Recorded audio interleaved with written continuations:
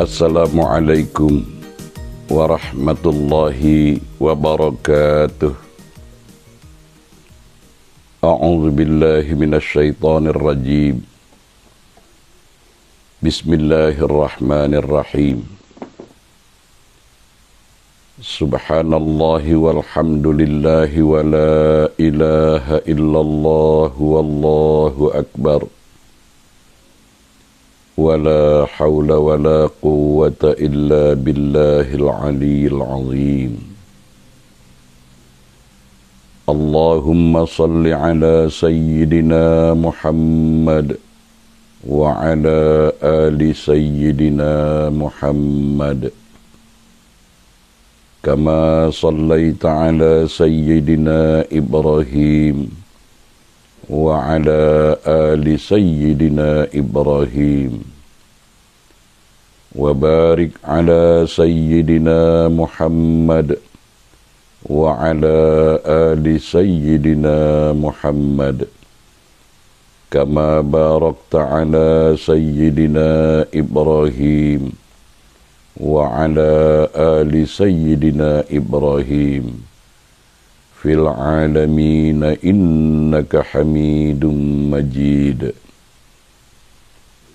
اللهم اغفر لنا ذنوبنا ولوالدينا وارحمهم كما ربونا صغارا ولجميع المؤمنين والمؤمنات والمسلمين والمسلمات الأحياء منهم والأموات برحمتك يا أرحم الراحمين.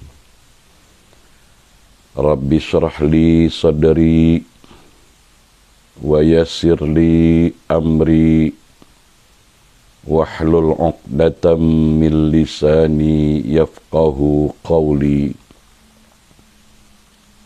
سبحانك لا علم لنا إلا ما علمتنا إنك أنت العليم الحكيم. Amma ba'd. Saudara-saudari, sahabat-sahabatku yang dirahmati Allah, doa tulus ikhlas dari kami, semoga saudara-saudari, sahabat-sahabatku bersama keluarga tercinta dan kita semua di mana saja berada, semoga dalam keadaan sehat walafiat, dalam iman dan takwa, senantiasa bersyukur dan bersabar, baik dalam keadaan susah maupun senang, selalu dalam lindungan dan pertolongan, serta dalam ampunan, ridha dan curahan kasih sayang dari Allah Subhanahu wa Ta'ala. Amin. Allahumma amin. Dalam perjumpaan tazkirah kita kali ini, saya mengingatkan dan menasihati diri saya dan juga saudara-saudari, sahabat-sahabatku yang saya hormati dan yang saya kasihi, berkenaan dengan betapa tinggi dan terhormatnya kedudukan rasa malu. Rasa malu seorang hamba akan memiliki dampak yang sangat besar, baik di dalam kehidupan dunia ini, lebih-lebih lagi dalam kehidupan di akhirat kelak. Rasa malu bukan saja terhadap sesama manusia, tetapi rasa malu yang paling tinggi kedudukannya, paling mulia keadaannya, paling utama untuk kita perhatikan adalah rasa malu kita kepada Allah Subhanahu wa Ta'ala. Rasa malu kepada Sang Pencipta alam semesta. Rasa malu kepada Zat yang Maha melihat kita, walau dimanapun kita berada. Tidak ada yang tersembunyi dari Allah Subhanahu wa Ta'ala. Segala apa yang kita lakukan, alam ya'lam bi anna Allah yara, bahwa sesungguhnya Allah melihat segala perbuatan kita. Demikian yang tercantum dalam surah Al-Alaq ayat 14. Wallahu bima ta'maluna basir. Dan Allah Maha melihat terhadap apa yang kalian kerjakan. Surah Al-Baqarah ayat 265. Rasa malu kepada Allah Subhanahu wa Ta'ala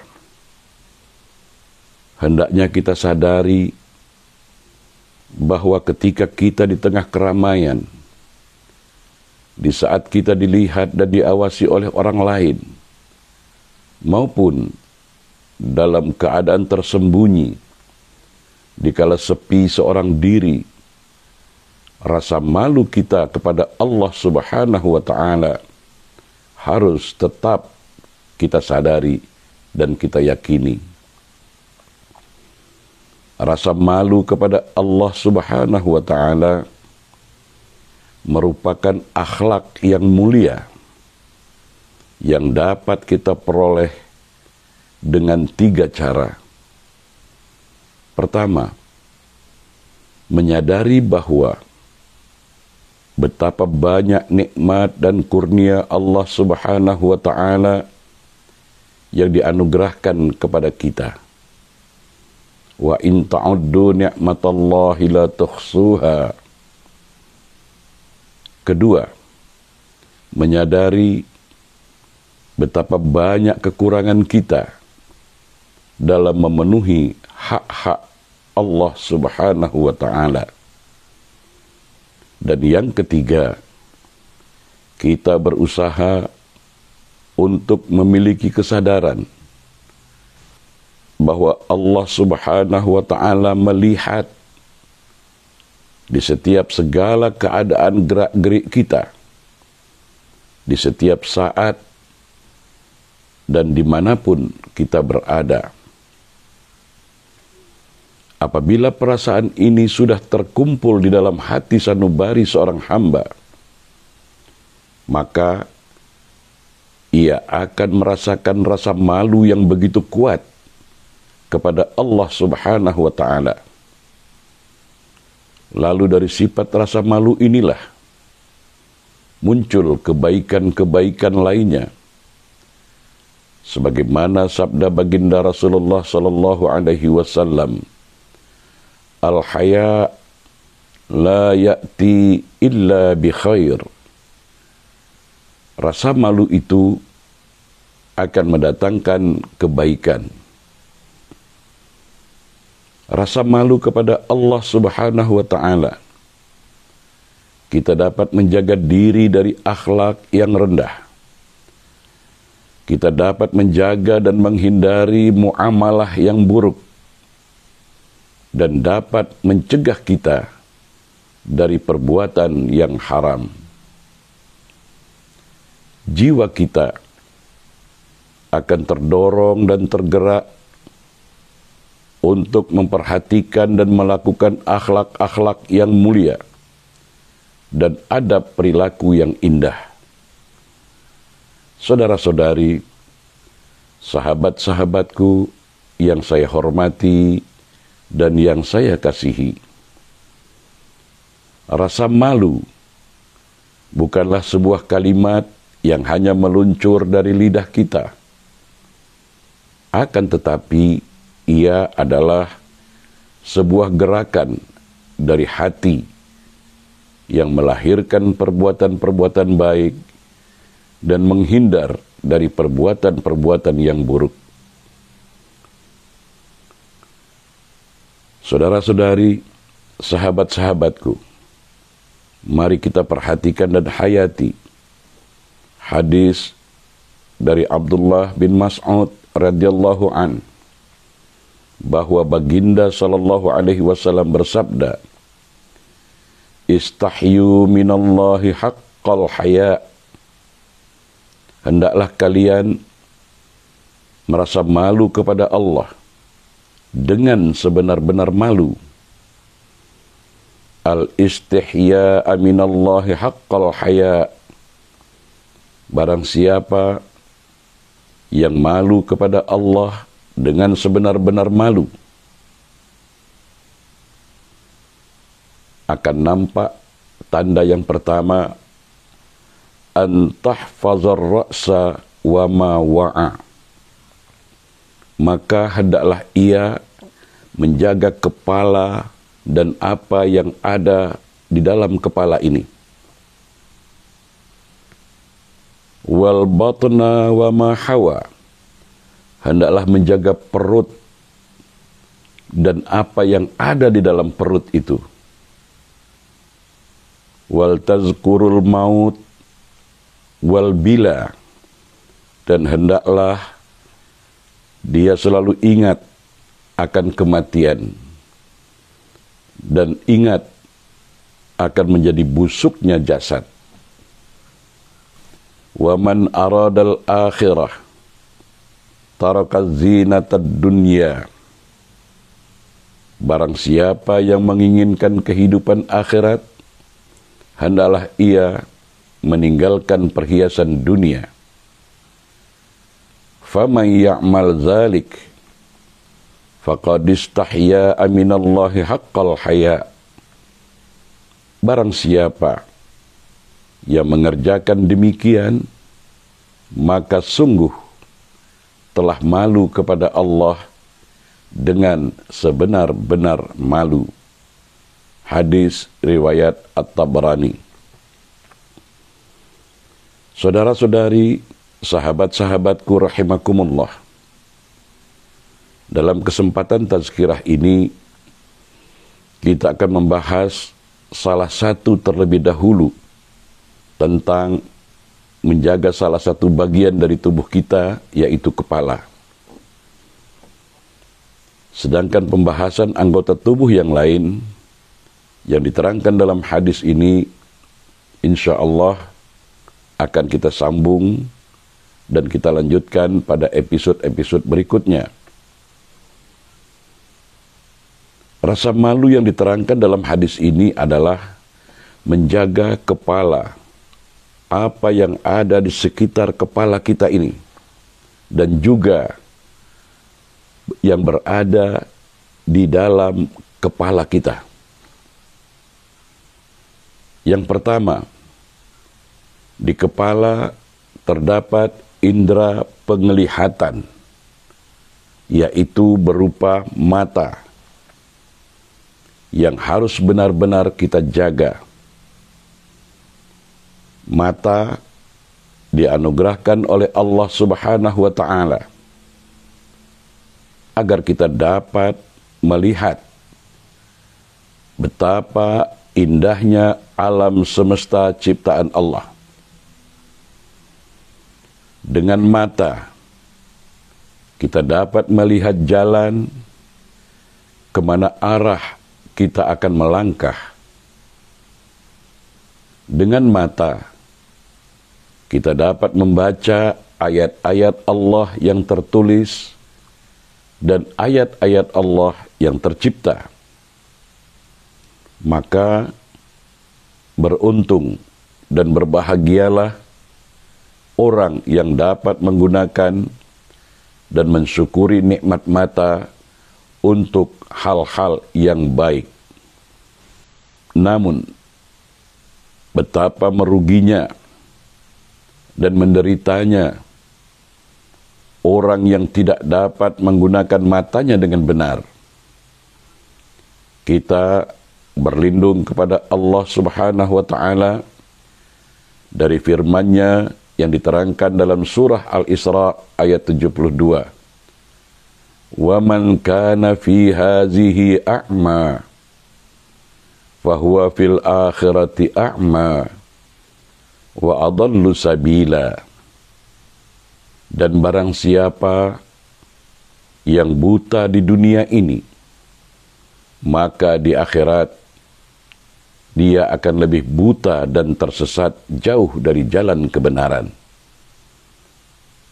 Saudara-saudari, sahabat-sahabatku, ada juga orang yang menggunakan sorot matanya penuh kesombongan, sorot matanya penuh kebencian dan kemarahan, sorot matanya memandang remeh dan rendah orang lain, sorot matanya memandang dengan pandangan yang salah dan mengelirukan. Bahkan juga ada manusia yang meniru Dajjal. Matanya ada dua, tapi hanya digunakan satu. Hanya digunakan satu mata. Manusia bermata satu, selalu memandang hanya dengan sebelah mata. Apa jua kebaikan dan prestasi orang lain, apa saja jasa dan kebaikan orang lain, hanya dipandang dengan sebelah mata. Itulah Dajjal, itulah perangai Dajjal yang selalu memandang dengan sebelah mata. Yang kedua, di kepala ada dua daun telinga sebagai indera pendengar. Bagaimana caranya kita menjaga telinga yang ada di kepala kita ini? Kita harus berhati-hati, cerdas, dan bijak manakala kita menerima berita, maklumat, informasi yang datang masuk ke dalam telinga kita. Jangan terburu-buru dalam mengambil suatu keputusan.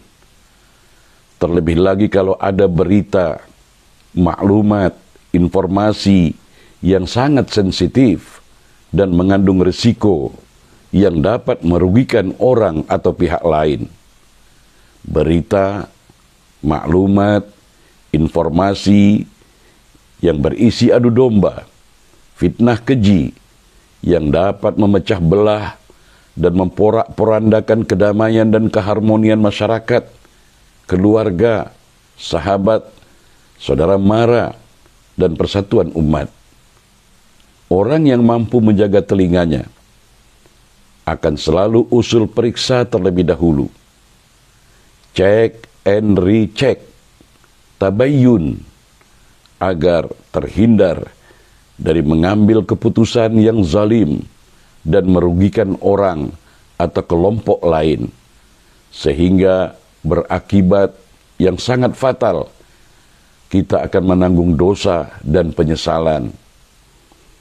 Yang ketiga, di sekitar kepala ada indera penciuman, yakni hidung. Mari kita jaga hidung indera penciuman ini dengan menjaga alam sekitar, menghindari polusi dan pencemaran udara, agar kita dapat menghirup dan menghembus dan bernapas dengan sehat. Dan yang lebih penting lagi, jangan kita gunakan hidung kita untuk mengendus-endus dengan niat jahat, untuk mencari-cari kelemahan dan kekurangan orang atau kelompok lain. Yang keempat, di kepala ada indera yang sungguh sangat berat. Sungguh sangat berat untuk kita pelihara dan kita jaga. Indera tersebut berupa seketul daging yang tidak bertulang, kecil bentuknya, tapi dapat membuat selamat dan juga dapat membuat kehancuran seseorang. Itulah yang disebut dengan lidah. Lidah. Lidah. Nabi SAW menunjukkan sampai 3 kali menerangkan indera ini, lidah, lidah, lidah. Mari saudara-saudari, sahabat-sahabatku yang arif, bijak, bistari, dengan hati nurani yang bersih dan jujur, sudah berapa banyak lidah kita melontarkan kata-kata berupa ucapan. Ada kata-kata dan ucapan yang mengandung ikrar, sumpah dan janji kita kepada Allah Subhanahu wa Ta'ala. Ketika kita sedang melaksanakan sholat, di mana ucapan dari sejak niat, takbiratul ihram, doa iftitah, membaca surah Al-Fatihah, membaca surat atau ayat-ayat lazim, ucapan ruku, ucapan i'tidal, ucapan sujud, ucapan duduk di antara 2 sujud, ucapan ketika kita tahiyat awal dan tahiyat akhir, dan ucapan salam ke kanan dan salam ke kiri. Semuanya itu mempunyai nilai dan beban moral bagi kita untuk kita buktikan, untuk kita pertanggungjawabkan dalam tindak tanduk perbuatan kita sehari-hari. Dikala kita berinteraksi dan bergaul di tengah masyarakat, terlihat bagaimana akhlak, perilaku orang yang benar-benar telah mendirikan sholat. Jangan sampai ibadah sholat kita menghasilkan sifat munafik, sebagaimana diterangkan dalam surah keempat, surah An-Nisa ayat 142. Innal munafiqina yukhadi'una Allah. Sesungguhnya orang-orang munafik itu hendak menipu Allah. Wa huwa khadi'uhum. Tetapi dialah, yakni Allah, yang menipu mereka. Siapakah gerangan orang munafik yang diterangkan dalam ayat ini? Jawabannya, mari kita dengan lapang dada kita lanjutkan ayat ini. Orang munafik itu adalah wa iza qamu ilas shalah, apabila mereka berdiri untuk sholat, qamu kasala, mereka lakukan dengan malas. Yura'unan nas, mereka bermaksud riya, ingin dipuji di hadapan manusia. Wala yazkurunallaha illa qalila, dan mereka tidak mengingati Allah kecuali sedikit sekali. Saudara-saudari, sahabat-sahabatku yang arif, bijak, bistari, mari kita terima hakikat dengan bersyukur dan berlapang dada, karena kita mendapat peringatan dari Allah Subhanahu wa Ta'ala melalui surah An-Nisa ayat 142 ini, bahwa orang munafik dan yang menipu Allah, padahal mereka menipu diri mereka sendiri, itu adalah orang yang mendirikan sholat, tapi dalam pelaksanaan sholatnya, dalam pembuktian akhlak hasil dari sholatnya, ternyata berbuah yang pertama, kasala, malas, terpaksa, asa boleh, sekedar melepas batuk di tangga, dan sebagai rutinitas belaka, hanya karena takut neraka, dan berharap masuk surga. Melaksanakan sholat dengan mengharap imbalan murah rizki. Melakukan sholat hanya ketika menghadapi masalah-masalah duniawi, tidak menghasilkan tercegah dari perbuatan keji dan mungkar dalam pergaulan sehari-hari, masih saling membenci, saling hasad dengki mendengki, saling fitnah memfitnah, dan masih banyak lagi sifat-sifat tercela, perbuatan maksiat dan dosa-dosa lainnya. Sebagaimana kita telah memahami bahwa perbuatan dosa, keji dan mungkar kepada Allah Subhanahu wa taala, apabila kita bertaubat dengan taubatan nasuha, sesungguhnya Allah bersifat Maha Pengampun, Maha Penyayang. Tetapi sangat berbeda kalau perbuatan dosa, keji dan mungkar berkaitan terhadap sesama manusia yang sungguh-sungguh sangat berat dan susah untuk kita pertanggungjawabkan di yaumil hisab kelak, di hari perhitungan kelak, kalau kita tidak mendapat maaf dan ridha dari orang yang kita zalimi tersebut. Astaghfirullahaladzim. Ibadah salat yang dilakukan berpuluh-puluh tahun belum membawa pengaruh dan kesan, apapun di dalam jiwa, dan tidak menjadi lebih baik perilaku akhlaknya.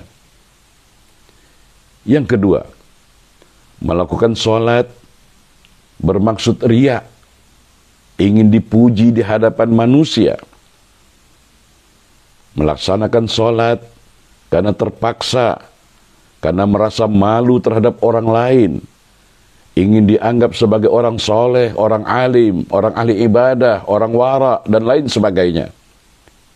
Salah satu contoh lafaz-lafaz yang diucapkan dalam doa iftitah, inna salati, sesungguhnya salatku, wa nusuki, sesungguhnya ibadahku, aktivitiku, wa mahyaya, hidupku, wa mamati, matiku, lillahi rabbil alamin, hanya semata-mata untuk Allah, Tuhan semesta alam. Tapi apa yang menjadi kenyataan? Ucapan-ucapan ini seakan-akan tidak ada beban dalam diri kita, seakan-akan kita tidak akan bertanggung jawab dengan sumpah dan janji kita ini. Semuanya tinggal ucapan kosong, cakap, tak serupa bikin. Yang ketiga, lebih fatal dan lebih mengerikan lagi, wala yazkurunallaha illa qalila. Di dalam melaksanakan salat tidak mengingat Allah kecuali sedikit sekali.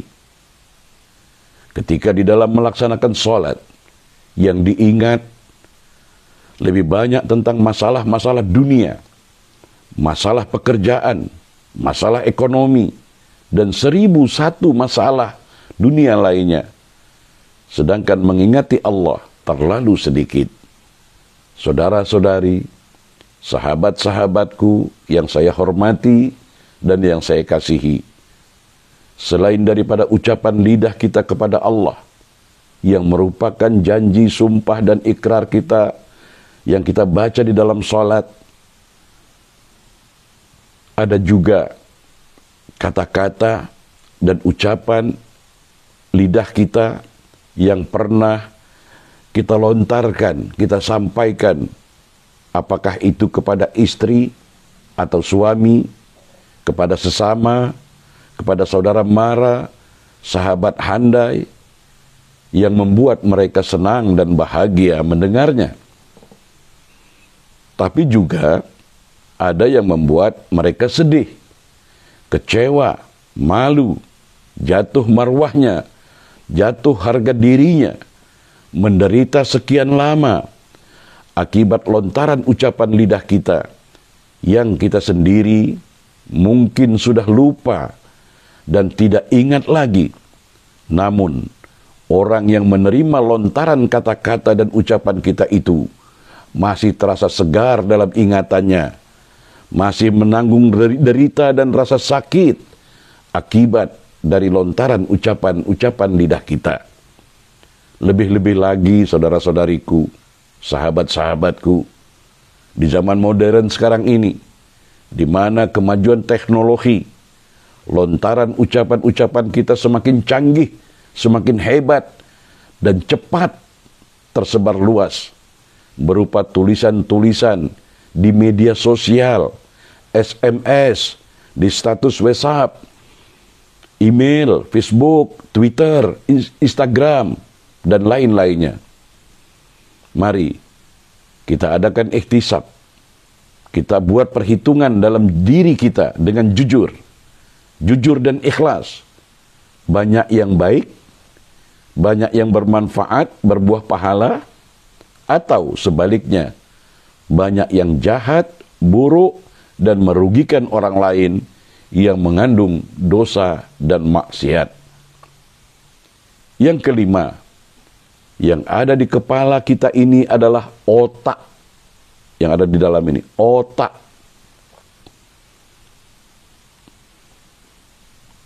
Ada otak, tapi manusia diberi juga otak. Binatang ada otak. Kita manusia juga ada otak. Otak manusia harus berfungsi sebagai akal pikiran yang sehat dan cerdas. Maka berbahagia dan beruntunglah orang yang selalu mau menerima peringatan Allah dalam Al-Quran. Misalnya ada ayat, afala ta'qilun, mengapa kamu tidak menggunakan akalmu? Afala yatafakkarun, mengapa kamu tidak berpikir? Menjaga akal, menjaga isi kepala ini adalah mengisi dan mengasah otak dalam berpikir bersih, jujur dan cerdas, yang bersandarkan pada keimanan dan keikhlasan, sehingga kepala kita secara keseluruhannya berfungsi baik dan memiliki mahkota. Lihatlah, orang yang kepalanya memiliki mahkota, apapun yang dia kerjakan, apapun yang dia pikirkan, menghasilkan prestasi dan karya berupa amal soleh, kebaikan, dan manfaat, baik untuk dirinya, juga untuk orang lain. Prestasi dan karya yang berupa amal soleh tadi bukan saja dirasakan untuk dirinya saja, tetapi akan dinikmati dan dirasakan oleh alam sekitarnya, manusia-manusia lainnya, bahkan makhluk-makhluk ciptaan Allah yang lain merasakan manfaat hasil daya pikirnya. Sebagaimana yang diharapkan oleh baginda Rasulullah sallallahu alaihi wasallam dalam sabdanya, khairun nas anfa'ahum linnas. Sebaik-baik manusia adalah yang banyak menebar manfaat kepada sesama manusia. Begitu pula sebaliknya, bagi orang-orang yang gagal dalam menjaga kepala dan isinya, di dunia dan di akhirat akan mengalami kehancuran, kegagalan, dan kerugian, serta akan menanggung dosa yang sangat dahsyat. Saudara-saudari, sahabat-sahabatku, rahimakumullah, untuk mengakhiri bagian yang pertama dari tazkirah tentang menjaga kepala dan menjaga yang ada di dalam kepala ini, mari kita renungkan dan sadari bahwa nilai manusia, perhatikan, bahwa nilai manusia adalah apabila ia dapat memanusiakan kepalanya sebagai manusia. Sebab bila gagal, maka bagian dari leher ke bawah, maaf beribu maaf, sama dengan anggota tubuh makhluk yang lain.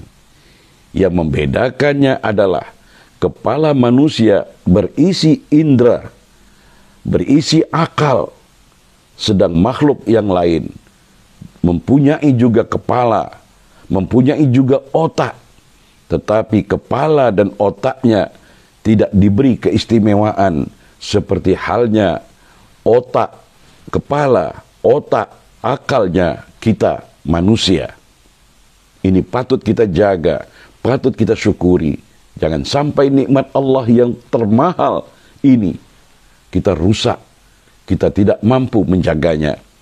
Saudara-saudari, sahabat-sahabatku yang saya hormati dan yang saya kasihi, semoga tazkirah yang sederhana ini akan bermanfaat dan berkah, terutama bagi Anda semua, juga terutama khusus bagi diri saya sendiri yang masih banyak kesalahan dan kekurangan dalam memanage, menjaga dan merawat kepala serta isi yang ada di dalam kepala. Terima kasih di atas segala perhatian dan sokongan serta doa Anda, dan mohon maaf kalau ada kesalahan dan kekurangan. Aqulu qawli hadza fastaghfirullahal azim li wa lakum, wabillahi taufiq wal hidayah. Wassalamualaikum warahmatullahi wabarakatuh.